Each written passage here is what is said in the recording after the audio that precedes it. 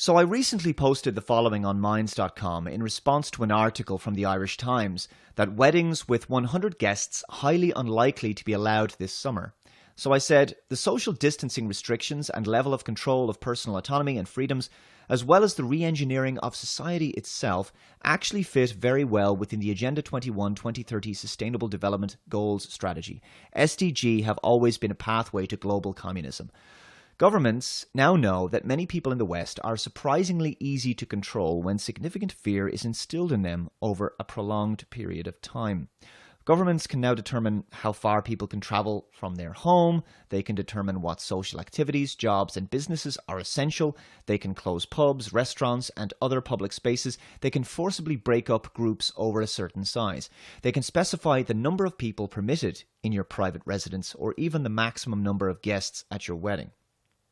Will society also simply acquiesce to the invasiveness of contact tracing and tracking apps, as well as mandatory testing? And finally, will they submit to mandatory vaccinations or else suffer social ostracization and marginalization? If people have already accepted the precedent of removal of all their other rights and freedoms, on what grounds can they refuse the loss of their bodily sovereignty? I believe we're in the midst of a serious cultural change here. The populace at large now no longer believe their freedoms are inalienable, but instead see them as little more than concessions granted to them by the state. So, welcome to an entirely different world, at least for now, until people wake up. And I want to talk about the World Economic Forum and what they refer to as the Fourth Industrial Revolution, the groundwork of which has been laid through the Agenda 21 and Agenda 2030 projects, and they're now referred to as the UN's Sustainable Development Goals. In this video, I will simply be presenting you a collection of articles and videos showing you a general trend of where the world appears to be going, and I think you'll begin to see some patterns emerge. First things first, this article is from the World Economic Forum from 2016. Welcome to 2030. I own nothing, have no privacy, and life has never been better. Except, of course, for the technocrats who designed such a communist utopia. They're the ones who will no doubt have all the privacy, wealth, and property they want. Freedom and liberty are no longer for the proles, it appears. This article sounds like a parody. Welcome to the year 2030. Welcome to my city, or should I say our city. I don't own anything. I don't own a car. I don't own a house. Imagine thinking you could actually frame this in a positive way. I don't own any appliances or any clothes. It might seem odd to you, but it makes perfect sense for us in this city. It sounds like a prison. Everything you considered a product has now become a service. We have access to transportation, accommodation, food, and all the things we need in our daily lives. As to how this is paid for, who knows? One by one, all these things became free, so it ended up not making sense for us to own much. First, communication became digitized and free to everyone. Then, when clean energy became free, things started to move quickly. Transportation dropped dramatically in price.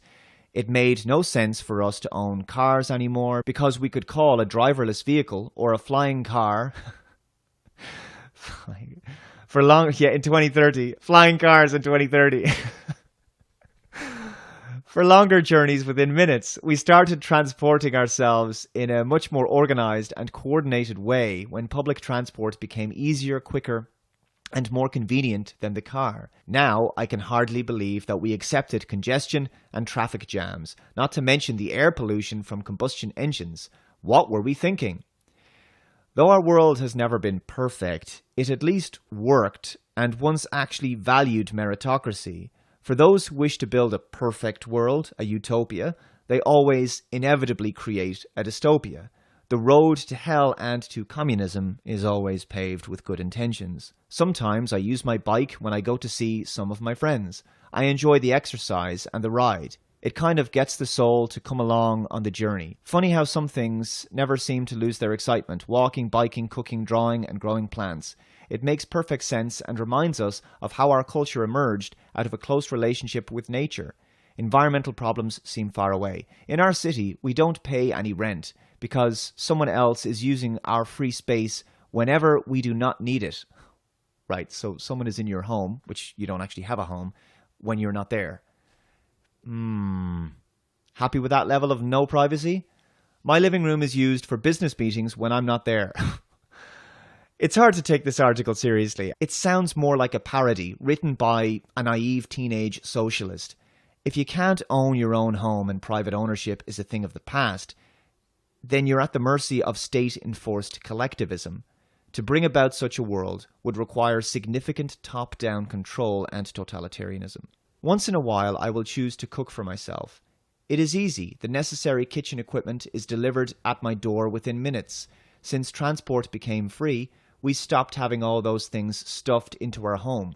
Why keep a pasta maker and a crepe cooker crammed into our cupboards? We can just order them when we need them. This also made the breakthrough of the circular economy easier.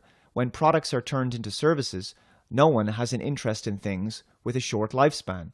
Everything is designed for durability, repairability, and recyclability.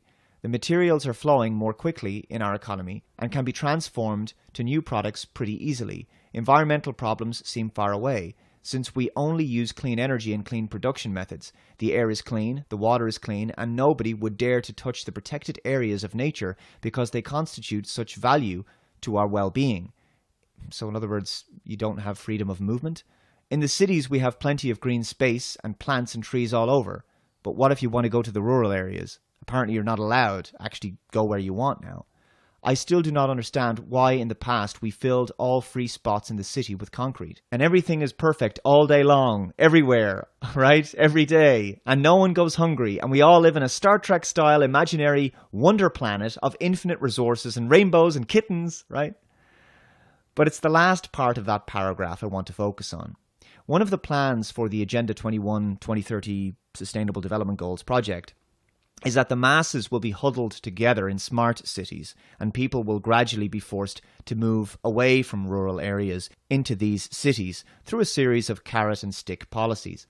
Smart cities are essentially hellish, futuristic urban prisons for the destitute masses to live in, surveilled, controlled and tracked through a big brother artificial intelligence that employs a China-style social credit system, zero freedom and a cashless society so that all financial transactions are monitored. Internet of Everything will be ubiquitous and so you'll be connected, or should I say shackled, to this technocracy whether you like it or not. Those who refuse to conform will be marginalized to the fringes and left to endure a kind of virtual gulag, cut off from the rest of society and unable to access basic services which the oligarchs will control. When these same elites create these propaganda videos with nice-sounding buzzwords like smart solutions, integrity, innovation, sustainability, sustainable growth, environmentalism, clean energy, equality, equity, blah, blah, blah, they're always referring to planetary resources that everyone needs: food, water, nature, healthcare, money, electricity, agriculture, industry. And so their plan becomes obvious for anyone who can read between the lines. Their intention is to control all of these things, to control the means of production and all of life's essentials, everything a human being needs to live. Once they control all of these things, they can force you into any kind of world that they wish to create and essentially turn you into a serf. So the bit about the air is clean, the water is clean, and nobody would dare to touch the protected areas of nature because they constitute such value to our well-being. In the cities, we have plenty of green space and plants and trees all over. This is important because what they're telling you here is that people will not be able to travel where they want to rural areas, down the country kind of thing. You'll have to live in a smart city. So there'll be great restrictions on your movement. You won't be permitted to venture out to the natural environment. Your self-driving car simply will not permit you to go there. You'll be able to commute between cities and urban areas, but not into the countryside. That privilege will be reserved for the uber-rich technocrats who will enjoy luxury mega homes in beautiful, unspoiled and idyllic remote locations surrounded by nature. They'll have it all for themselves. Now, the environmentalists who support this kind of stuff, they argue that depopulation of rural areas is an important part of restoring biodiversity and preserving the environment. Basically, most people will live in these kind of AI-controlled metropolitan super-city menageries like cattle.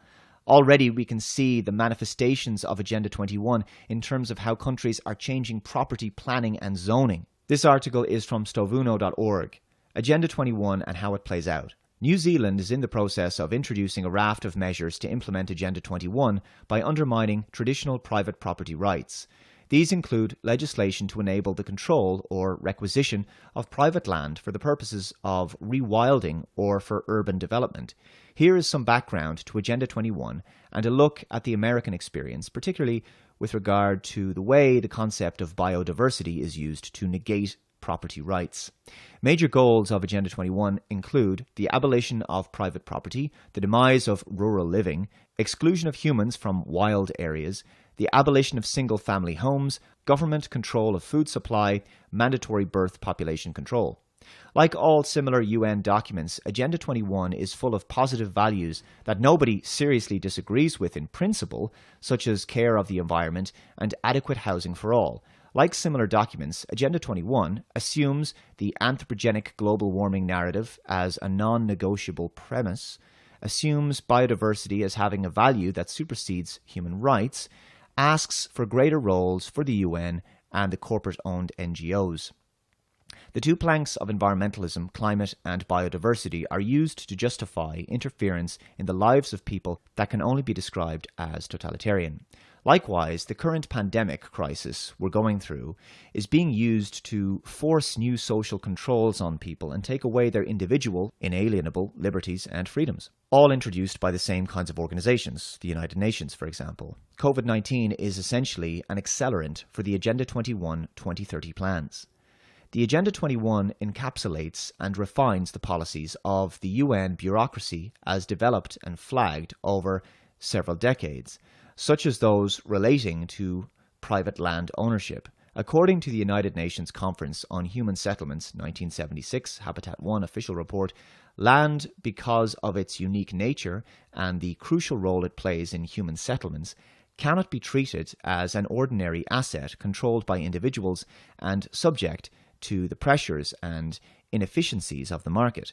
Private land ownership is also a principal instrument of accumulation and concentration of wealth and therefore contributes to social injustice. If unchecked, it may become a major obstacle in the planning and implementation of development schemes. Under the Vancouver Declaration, the section of the official report of Habitat 1 that was available for formal signature, states commit themselves to the following position. Land is one of the fundamental elements in human settlements. Every state has the right to take the necessary steps to maintain under public control the use, possession, disposal, and reservation of land. Every state has the right to plan and regulate use of land, which is one of its most important resources, in such a way that the growth of population centres, both urban and rural, are based on a comprehensive land use plan. In Agenda 21, this becomes 15.5i, develop policies to encourage the conservation of biodiversity and the sustainable use of biological and genetic resources on private lands. It is clear from the way Agenda 21 is being implemented that encourage means compulsion through legislation, taxation, and local authority zoning. So this is why it can be harder for people to get mortgages in certain rural areas of their country. For example, they're doing this here in Ireland as well. The United Nations view of private property is that the state has the right and should be exercising this right to take land for environmental reasons in order to fulfill an environmental agenda. This is in conflict with the culture of countries like New Zealand, which assumes that universal private home ownership is the best way to achieve equal opportunity, security, and happiness for all, and thus private property rights should only be interfered with for the purpose of essential public works such as motorways. Agenda 21 was theoretically succeeded by the 2030 Agenda for Sustainable Development, but both Agenda 2030 and especially 21 have largely been abandoned by the United Nations and its proponents because of the negative connotations and replaced with terms like sustainability and resilience. Thus, while the EU produced a progress report in 1997 termed Agenda 21, the first 5 years, it now refers to sustainable development in the European Union. The US experienced Agenda 21 and the Wildlands Project. The Wildlands Project proposes that 50% of American territory be wilderness reserves, largely no-go for humans, bloody hell, surrounded by buffer areas and joined by wilderness corridors with human beings largely confined to urban areas, smart cities. Publicity of the scope of the project led to the US Senate failing to ratify the UN Convention on Biological Diversity. Meanwhile, back in town, it is not just farmers and rural dwellings that are affected by Agenda 21 policies. The UN strategy for high-density urbanization and reduced property rights is playing out in towns and cities as well. In 2005, the Supreme Court, Kalo versus New London decision, allowed a Connecticut town to seize private property not just for public use, but also for private development, thus paving the way for councils to do deals with developers at the expense of the property rights of homeowners. The Urban Development Bill, currently before the New Zealand Parliament, is similarly designed to legalise the forced acquisition of private property for commercial development. California lawmakers are taking steps to eliminate single-family zoning by enabling all residential lots of properties in California to be legally converted into multiplexes. It is inevitable that standalone dwellings in the state of California will ultimately be a thing of the past. Basically the pod life, it sounds like. The planning department of Carroll County, Maryland, drafted a smart growth plan. They put smart before everything. You know it's a bad idea when they do that. Which proposed what has been termed a breathtaking reshuffling of land rights, and which clearly serves the UN agenda of using biodiversity to eliminate single-family homes with gardens. The plan includes downzoning of agriculture land to prevent future subdivision by farmers, upzoning of low-density residential land around small towns into higher-density zoning to permit construction of hundreds of possibly thousands of inclusive housing units, including apartments and condominiums. And there's been plenty of this going on in Ireland over the past few decades. The building of horrific eyesore apartments and houses with no gardens or front driveways, just shared car parking spaces, endless urban sprawl, basically rabbit hutch towers that look oppressive, to be honest, more like cell blocks than homes. And of course, as I've said, it's much harder to get mortgages in certain rural areas of the country. Anyway, back to this absurd World Economic Forum article. The death of shopping. Shopping. I can't really remember what that is. For most of us, it has been turned into choosing things to use. Sometimes I find this fun, and sometimes I just want the algorithm to do it for me. It knows my taste better than I do by now. Sounds like some people want a machine to do all their thinking for them and to just live as mindless drones. Notice that God and belief in transcendence never factors into any of these utopian ideas, mainly because God liberates humanity from the tyranny of man. That's why communists hate religion so much, especially Christianity, because it places God as the ultimate authority above man. My biggest concern is all the people who do not live in our city, those we lost on the way, those who didn't want to live like tracked and tagged cattle, those who decided that it became too much, all this technology, those who felt obsolete and useless when robots and AI took over big parts of our jobs, those who got upset with the political system and turned against it. They live different kind of lives outside of the city. Some have formed little self-supplying communities. Others just stay in the empty and abandoned houses in small 19th century villages. Actually sounds not too bad by comparison. Once in a while, I get annoyed about the fact that I have no real privacy. Once in a while. Nowhere I can go and not be registered. I know that somewhere everything I do, think, and dream of is recorded. I just hope that nobody will use it against me. All in all, it is a good life. Yeah, because this is an imaginary scenario. In practice, though, it would be as hellish as China is right now. Speaking of China, have you seen this Wall Street Journal video from 2017? It sounds like the blueprint of where they want us to go in the West. In this Chinese city, Xinjiang, there's heavy policing everywhere, like a war zone. Constant government surveillance of the populace, facial recognition, constant police checkpoints. You know, it's basically hell. Everyone is on the system. Everyone is tracked all the time. Every move you make is monitored in this city, and you're checked multiple times per day. To be in Xinjiang means being checked every day, multiple times a day. When you go to a market, when you drive a car, when you take a train, even your smartphone is checked. But what I found most striking was what this wine store owner said. He says, "It is really cumbersome. Nobody wants to do anything anymore. The police check my ID so many times, I don't want to do shopping anymore." And that's very interesting because this is how more and more people in the West are starting to feel under social distancing rules. Now, obviously, China is a good deal further down the road, but not much worse at this point. The social distancing, temperature checks, obsessive hand sanitizing, queuing all the time to get into buildings, app tracking, that's all happening more and more in public venues in Western cities. And it makes the prospect of going outside very undesirable indeed. As I've said before, it makes the populace associate being around other people in public settings as a pain, an unpleasant experience, and therefore something that they'd prefer to avoid. This encourages people to stay at home, do their shopping online, speak to people over the internet rather than in person, and become more isolated, cut off, and alone. I don't think anyone can deny that the entire world is now beginning to look and feel much more like China as each day passes. I found this video on Twitter. So basically these guys are spray painting arrows on the ground, just like in grocery stores, that tell you which way you're allowed to walk up and down the road, right? So you can't walk back the way you came kind of thing. Oh my God. So people, now what happens if I don't walk, and what if I do this? And I will, because this is what I'm going to do. What happens if I do this? What do they do to me? This is I know you guys are doing your job, but this is insanity. This is tyranny. That's what this is. This is communism.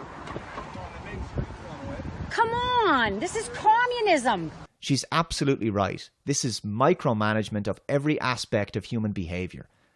They're going after how you walk down the street at this stage. No, it isn't. I have a double master's in nursing. What kind of health is this? You're gonna get a COVID from walking down the street? This is insane. Look at this. Two people who are together walking with a mask, and they're fine. Thank God this woman has some sanity, no mask on her, and they're fine with what's going on here.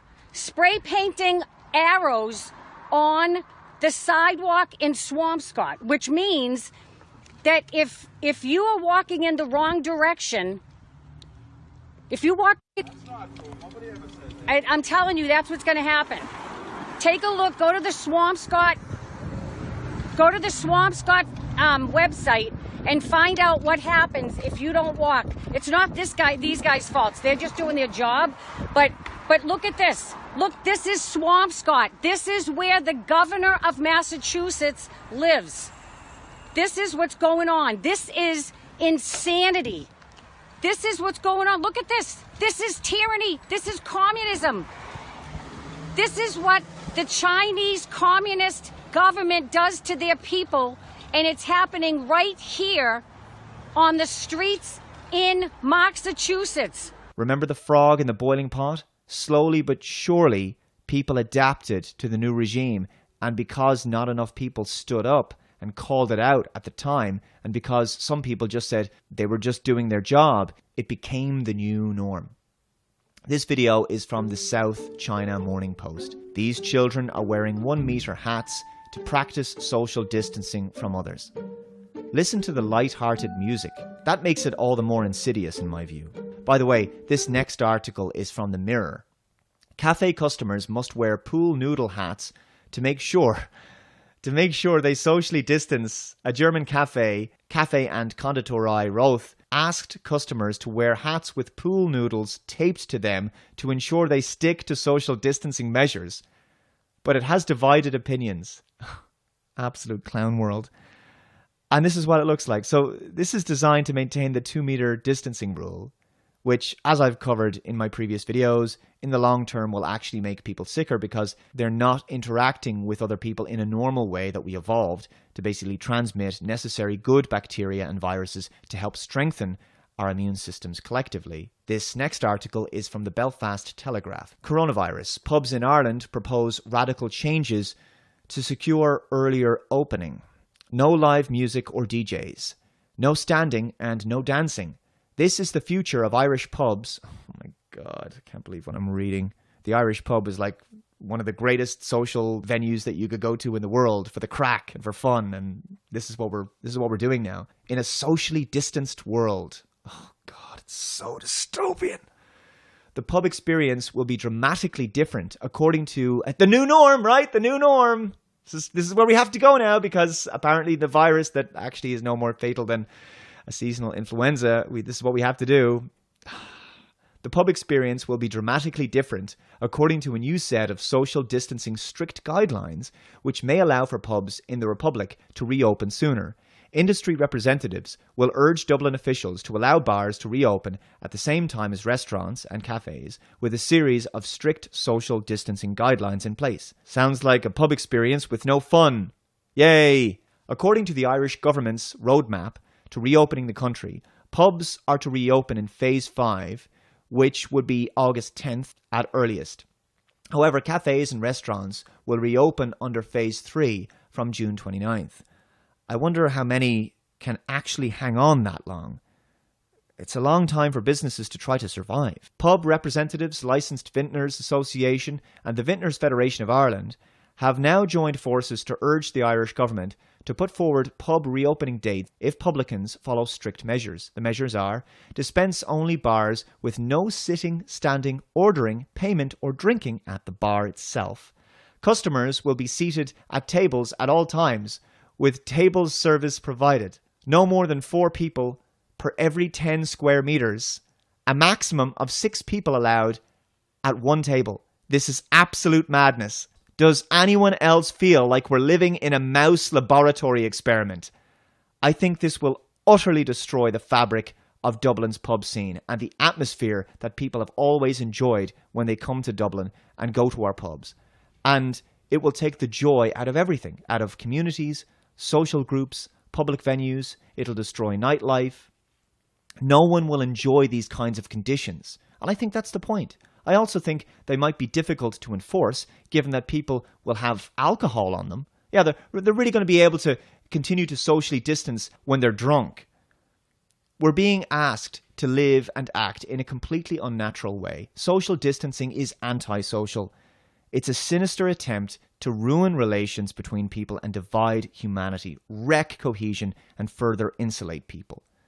Hand sanitizer used before entry, with staff washing hands every half an hour, so they'll kill more bacteria that they need.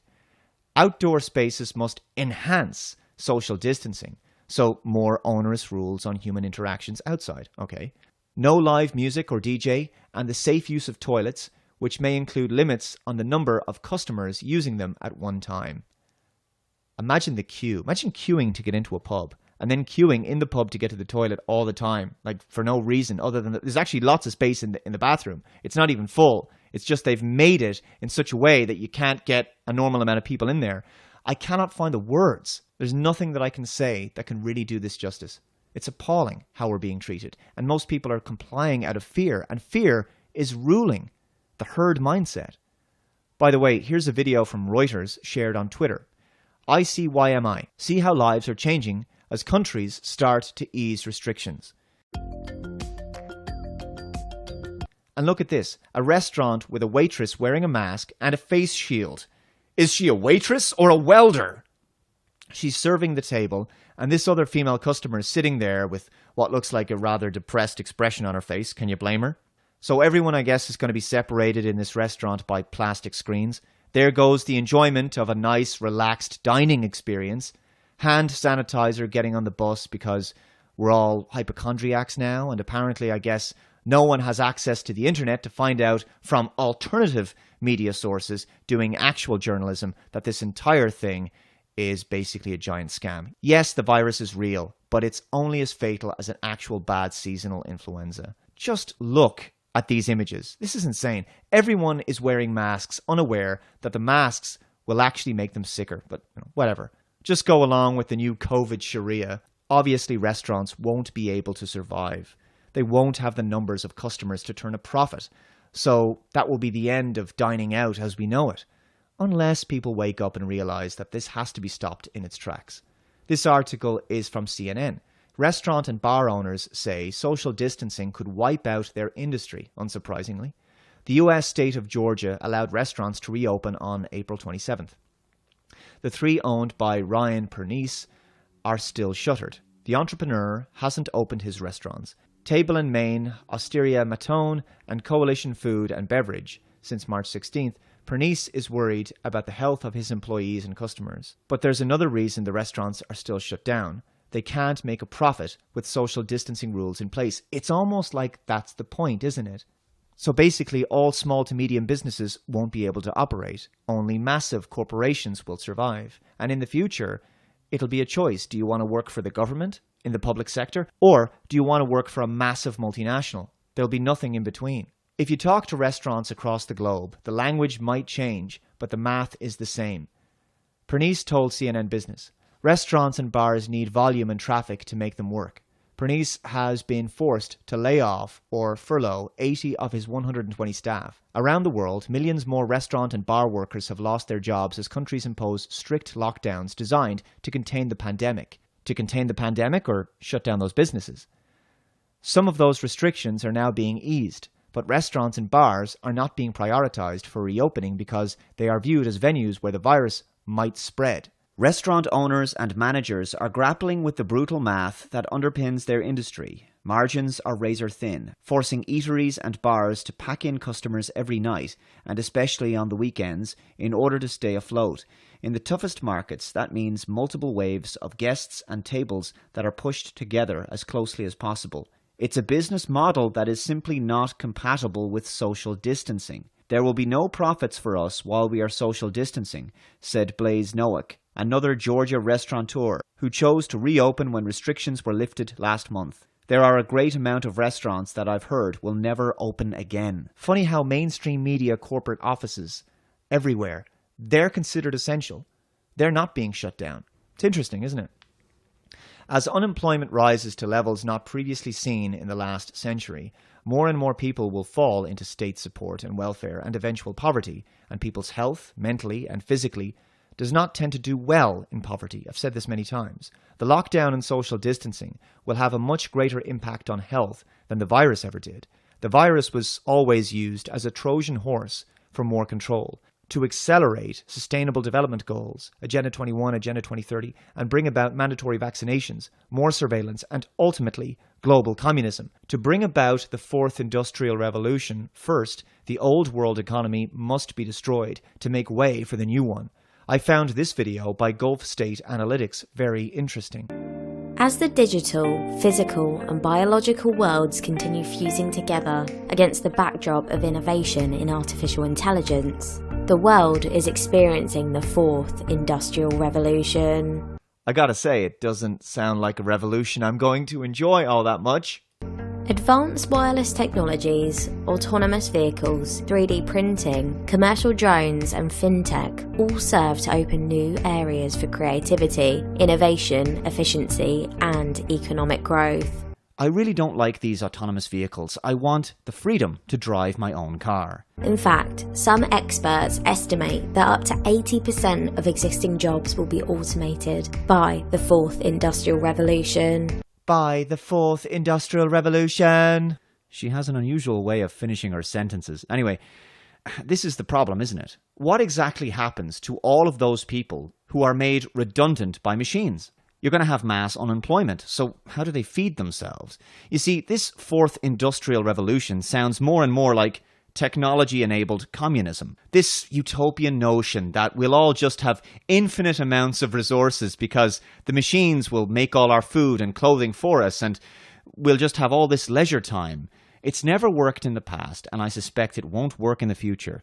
I don't think humanity wants to live like zoo animals in smart cities, being fed scraps by AI overlords. The impact of this transition will reach all countries of the world, bringing opportunities as well as major challenges that could threaten to unleash political, social and economic instability. Yeah, so why are we doing it again? Why are we trying to make human beings essentially obsolete? The coronavirus pandemic, however, is hotwiring the fourth industrial revolution. The COVID-19 crisis will highlight how countries which began embracing next-generation technologies are set to adapt more easily to ongoing changes, as this disease represents a major paradigm shift. It's a major paradigm shift. And here I was thinking it was just a virus that we had to do lockdown for a few weeks, shelter in place, flatten the curve, socially distance for a bit, and then we just go back to normal, right? After the vaccine or something. But apparently the whole world has to change for this virus. Human society is being catapulted into the fourth industrial revolution, and it's almost as if, well, a paranoid person might think that the virus has been some kind of excuse or a MacGuffin that is being used to usher in this new era for humanity. As the pandemic rushes the world into the future of digitisation at a faster rate, the Gulf states are in a comparatively strong position to make this transition smoothly. But why do we have to make this transition at all? I mean, why is it necessary? Why does the world have to be rushed into this new digitised future? Why can't the people decide to just go back to the way things were and live their lives the way they did before? You know, it's almost like certain vested interest groups wanted to change our societies and economies, and the virus is the means by which they begin to normalize an entirely new paradigm for humanity, to acclimatize us to the new normal and widespread changes to our social behavior. It's just interesting, isn't it? Here's an interesting article from CNN, actually. Our cities may never look the same again after the pandemic.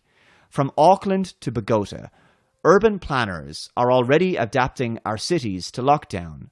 But will the changes last? And which more radical design proposals, be it sewer monitors or epidemic skyscrapers, will shape the post-pandemic city? Yet more talk about how things aren't going back to normal. For advocates of walkable, unpolluted and vehicle-free cities, the past few weeks have offered an unprecedented opportunity to test the ideas they have long lobbied for. Well, isn't it just so convenient that a global virus came along in order to help facilitate this unprecedented opportunity, given the lockdown and everything, and give such people a taste of the kind of walkable, unpolluted, and vehicle-free cities that they've long lobbied for?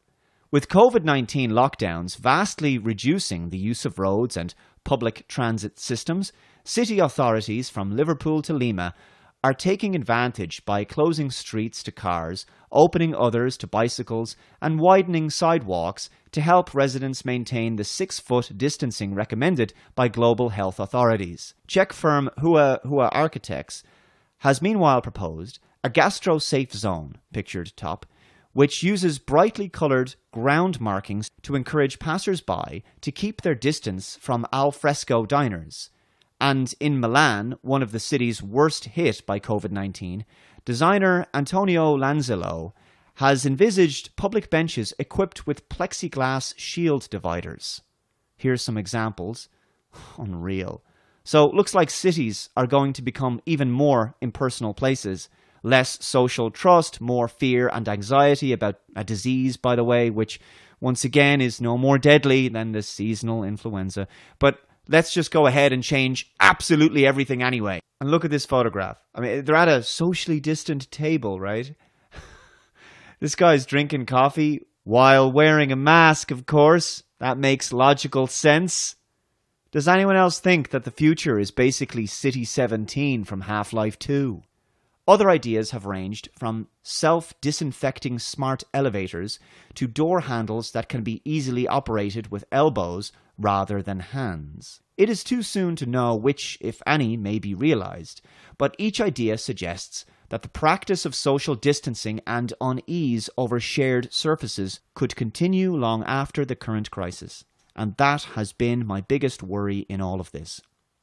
If they do, the widely publicised 6-foot distancing guidelines could redefine the layout and spacing of new public facilities, according to Northwestern University's Sarah Jensen-Carr, whose forthcoming book, The Topography of Wellness, considers how urban landscapes have been transformed by epidemics like cholera, tuberculosis and obesity.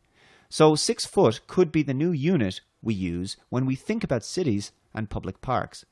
The caption on this photo says it all. A desire to distance ourselves from others in public may continue long after the pandemic. This next clip is from Eyewitness News ABC 7 New York. Now, another popular spot, Domino Park in Williamsburg, where they've taken the added measure of actually drawing circles 6 feet apart so that people who come to the park can stay within a safe zone. That being painted there on the artificial grass there in Domino Park.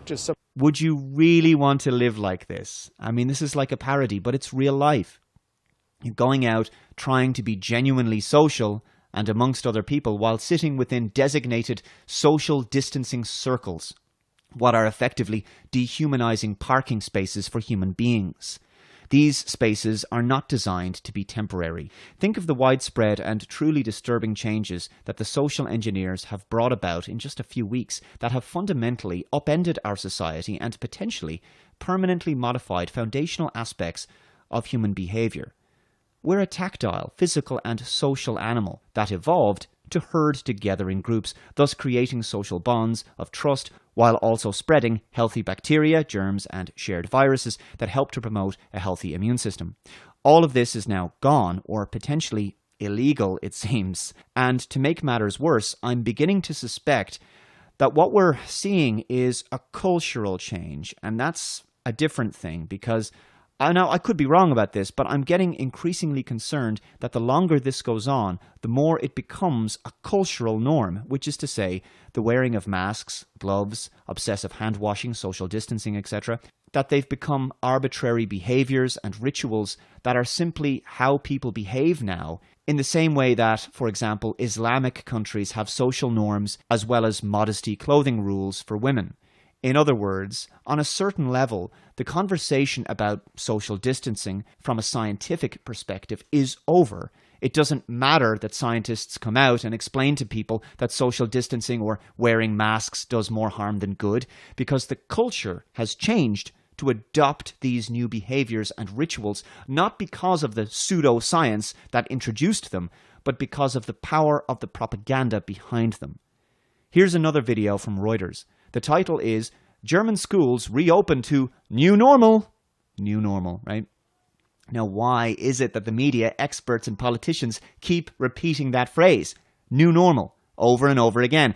It's almost like they're trying to tell the public that all of these changes, as a result of the virus and social distancing, are here to stay permanently. Like this whole virus was an excuse to see how much fear was required to make the populace come to heel and radically alter their behavior, and also to further the plans of the elites for a new social paradigm.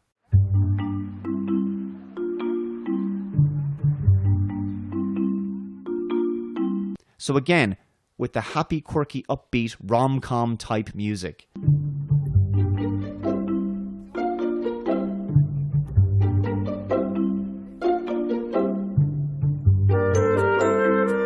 People queuing up outside. Well, you better get used to that, folks. Queuing is now going to be part of our lives in places where it was never previously required. People used to be able to just walk straight into shops, restaurants, bars, schools, all kinds of public buildings. Not anymore. Now your life is filled with needless complexity, obstacles, control measures, and systems that isolate you and separate you from other people, while also keeping you fearful and distrustful of strangers and human contact. What a great new world. So much joy and love, right? It's not at all massively depressing and demoralizing or anything.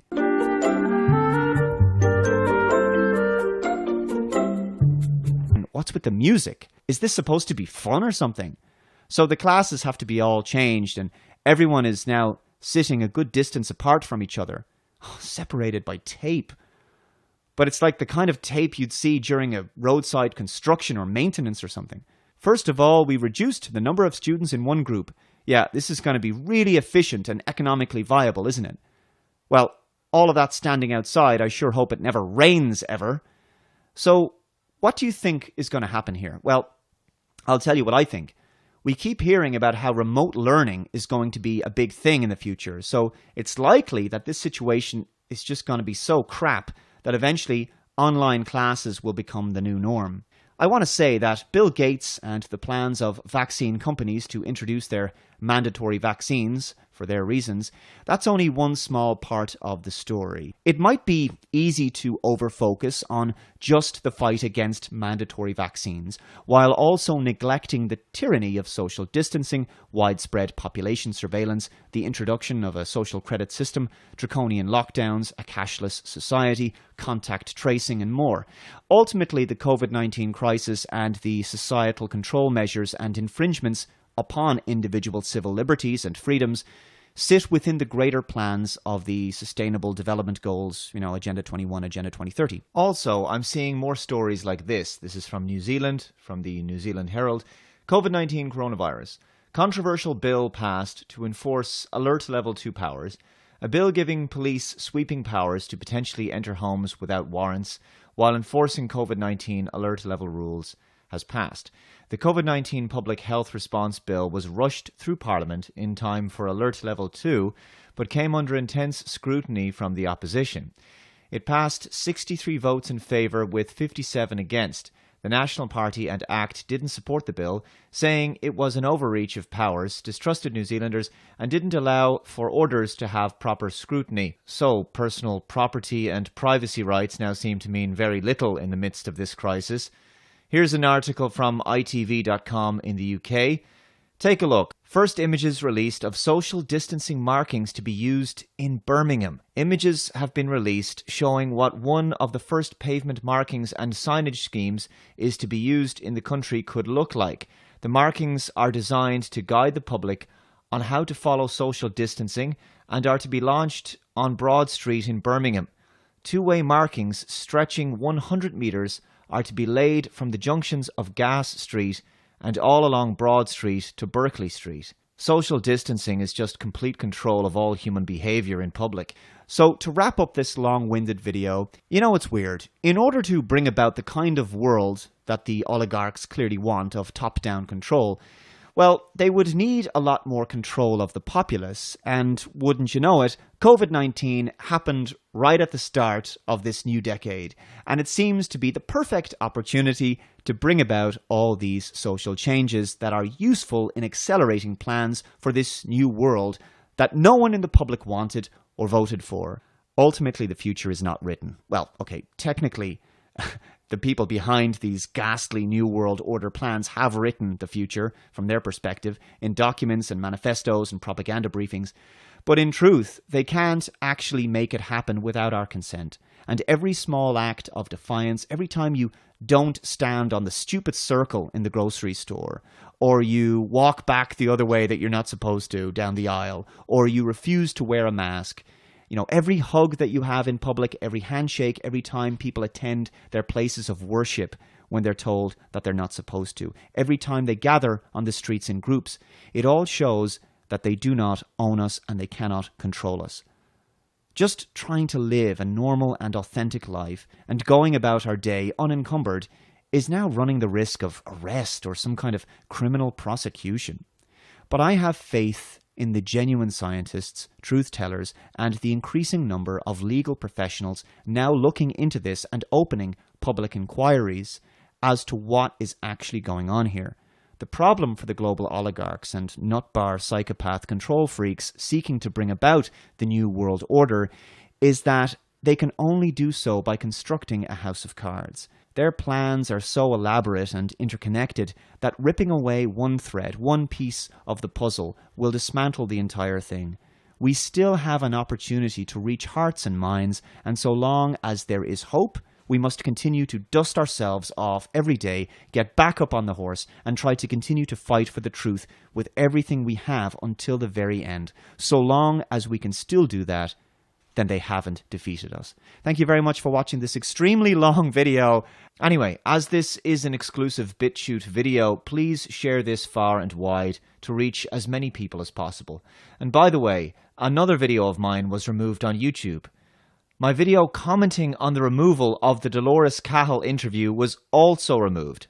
Unbelievable, that's 2 videos removed in the space of a week. But that's YouTube. Thank God for BitChute. We'll continue to fight the good fight for free speech on this platform.